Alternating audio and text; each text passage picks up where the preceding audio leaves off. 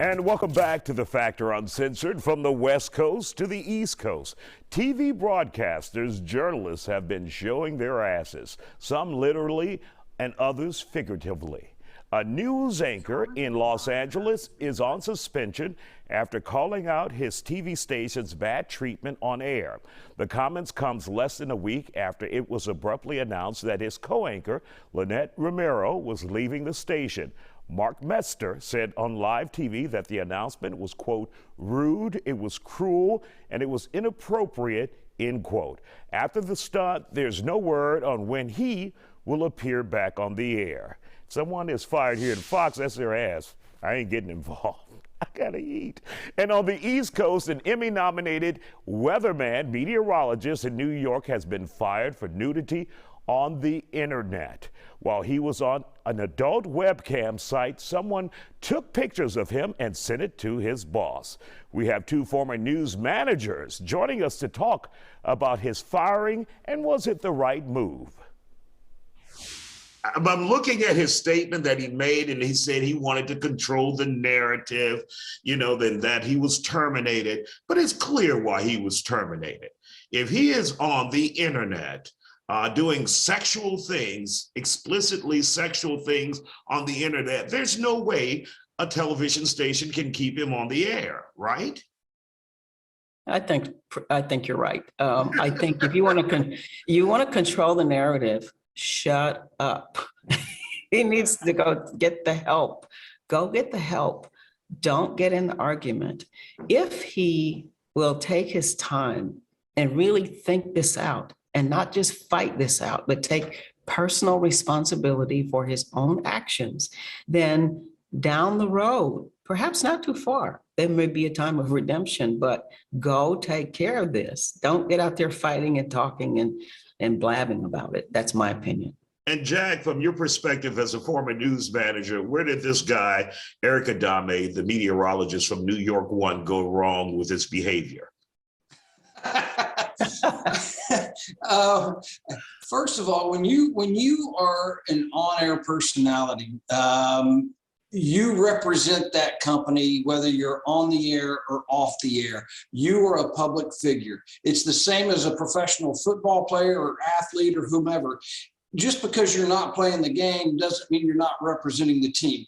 And when he went on air and aired his dirty laundry, I think he crossed the line, and the station had every right to do and handle it the way they handled it. And Dr. Olson, what we're looking at here, he is implying that he was terminated in part because he's gay. And that has nothing to do with it. It's about him performing sex acts or having sex on the internet. That's inappropriate. And so it doesn't seem to me that has anything to do with it. This is substandard behavior. And this is a word to everyone. This social media, the internet, the instantaneous way that information about us can get out all over the world. This is an era in judgment. These are very powerful cameras and phones and all this, and computers, all this other stuff. You've got to think. Who are you? What is the image that you're trying to portray? Who do you work for? What this is going to follow you for a very, very long time. My goodness. I had a story written about me in print, and every time you Google me, the story still comes up. So my goodness, what do you think is going to happen with video? We've got to begin to think. And I think people, him, as well as many other people whom I've seen, need to pull back on some of the things that are being said, some of the video that's being put on, some of the opinions that are being put on. It's gone too far. It's really messy out there. And Jack, over the last few years, we have been given a lot of leeway as journalists to have social media. At first, there was a time we could not have social media. And if you did, it was only posting news stories. But you see so many young journalists now pushing the envelope, and you're wondering, what the hell are you looking for? You're already on television, you're already on radio.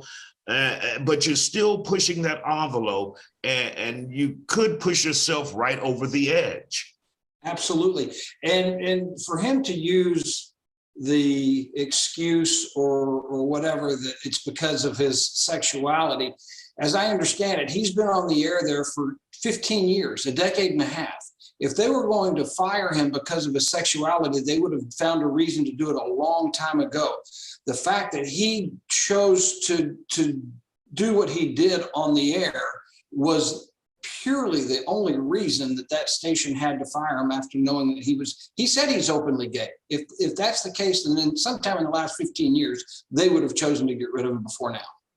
And he said this was a compulsive behavior. Exactly. So clearly that's something that needs to be dealt with.